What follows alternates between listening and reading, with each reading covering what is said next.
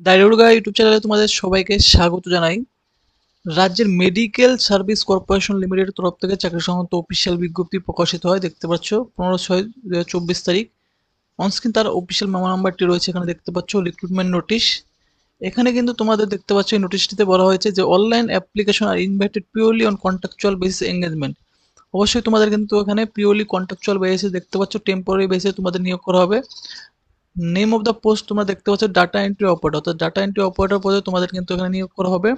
Number of vacancy দেখতে পাচ্ছ 3টি ভ্যাকেন্সি রয়েছে এখানে ডাটা এন্ট্রি অপারেটর পদের ক্ষেত্রে। এসেনশিয়াল কোয়ালিফিকেশন শিক্ষাগত যোগ্যতা তোমাদের চাওয়া হয়েছে regular graduate degree in any discipline, যে কোনো ডিসিপ্লিন থেকে তোমাদের কিন্তু দেখতে পাচ্ছ গ্র্যাজুয়েট তোমাদের পাস আউট হতে হবে। এবং মিনিমাম চাওয়া হয়েছে দেখতে পাচ্ছ 1 year diploma course in computer application, কম্পিউটারের উপর তোমাদের যে ডিপ্লোমা হয় 1 বছর, সেই ডিপ্লোমা কোর্স তোমাদের করে থাকতে হবে সেন্ট্রাল অথবা স্টেট গভর্নমেন্টের কোনো ইনস্টিটিউটের তরফ থেকে। এবং দেখতে পাচ্ছ বলা হচ্ছে যে ওয়ার্কিং এক্সপিরিয়েন্স তোমাদের চাওয়া হয়েছে এখানে after completion of graduation minimum 1 year of working experience in government or private sector preferable. যে সমস্ত ক্যান্ডিডেট তোমাদের গ্র্যাজুয়েশন করার পর তোমাদের 1 বছরের কোনো গভর্নমেন্ট অথবা প্রাইভেট সেক্টরে তোমাদের এক্সপিরিয়েন্স রয়েছে ডাটা এন্ট্রি অপারেটর পদের উপর, তারা কিন্তু এই পোস্টের ক্ষেত্রে অবশ্যই আবেদন করতে পারবে। কনসিলারেটেড রিমানুরেশন দেখতে পাচ্ছ 15,000 টাকা দেখতে পাচ্ছ তোমরা কিন্তু স্যালারি পেয়ে যাবে এই পোস্টের ক্ষেত্রে। এজ অ্যাস অন দেখতে পাচ্ছ 1 জানুয়ারি 2024 থেকে তোমাদের কিন্তু বয়সের সময়সীমাটি এখানে কাউন্ট করা হবে।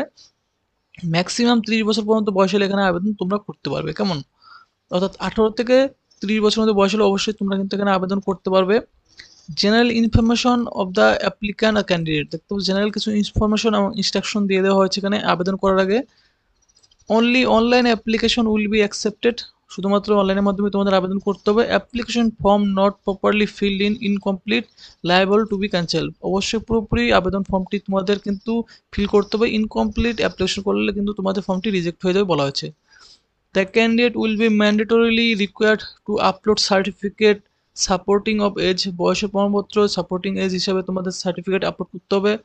Identity proof certificate, essential academic qualification certificate, experience certificate, annexure এতে তোমাদের কিন্তু দেখতে পাচ্ছ এর সম্পর্কে বিস্তারিত বলে দেওয়া হয়েছে, তোমাদের সাথে আমি শেয়ার করব।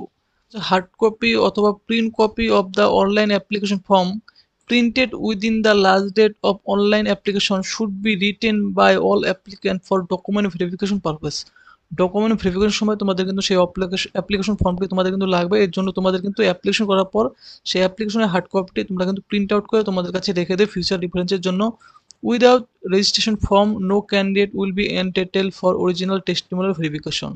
দেখতে পাচ্ছ তোমাদের কিন্তু টেস্টিমোনিয়াল যে ডকুমেন্ট ভেরিফিকেশন হবে সেখানে কিন্তু তোমরা কিন্তু অ্যালাউ করা হবে না তোমাদের যে অরিজিনাল রেজিস্ট্রেশন অর্থাৎ অ্যাপ্লিকেশন ফর্ম না থাকে। এবং এখানে তোমাদের যে আবেদন রয়েছে দেখতে পাচ্ছ আবেদন তোমাদের অলরেডি শুরু হয়েছে 22শে জুন থেকে তোমাদের কিন্তু অনলাইন আবেদন শুরু হয়েছে। এবং আবেদন করার যে লাস্ট ডেট রয়েছে দেখতে পাচ্ছ সাবমিশন অফ অ্যাপ্লিকেশন 6 জুলাই কিন্তু আবেদন করার তোমাদের লাস্ট ডেট রয়েছে, তো 6 জুলাইয়ের আগে অবশ্যই এলিজিবল ক্যান্ডিডেটরা আবেদন করবে। এবং বলা হচ্ছে the decision of WBMSCL regarding appointment is final, অর্থাৎ ওয়েস্ট বেঙ্গল মেডিকেল সার্ভিস কমিশনের সিদ্ধান্ত কিন্তু এখানে ফাইনাল যত চূড়ান্ত বলে ঘোষণা করা হবে।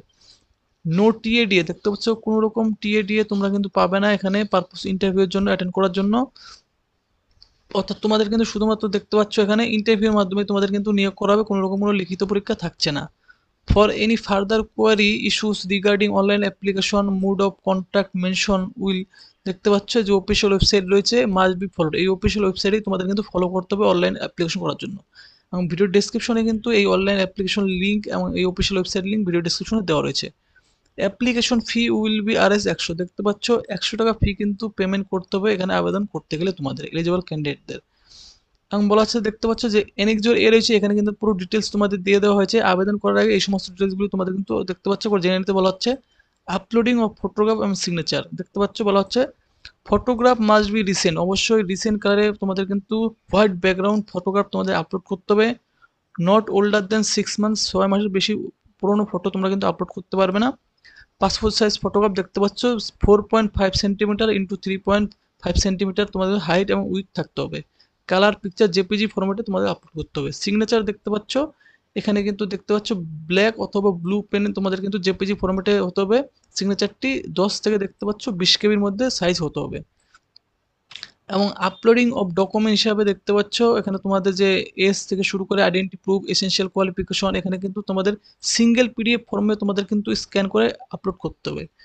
Proof of date of birth, date of বার্থের প্রুফ হিসাবে দেখতে পাচ্ছ তোমাদের যে কোনো একটি কিন্তু এখানে আপলোড করতে হবে। বলা হচ্ছে যে কপি অফ বার্থ সার্টিফিকেট অথবা admit card of 10th grade, মাধ্যমিকের অ্যাডমিট কার্ড অথবা বার্থ সার্টিফিকেট আপলোড করতে হবে।